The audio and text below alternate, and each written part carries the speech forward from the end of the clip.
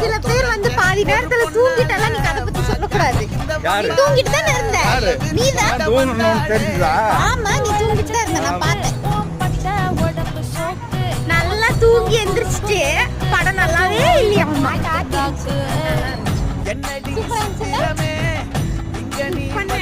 அருமையான படம், தரமான படம்.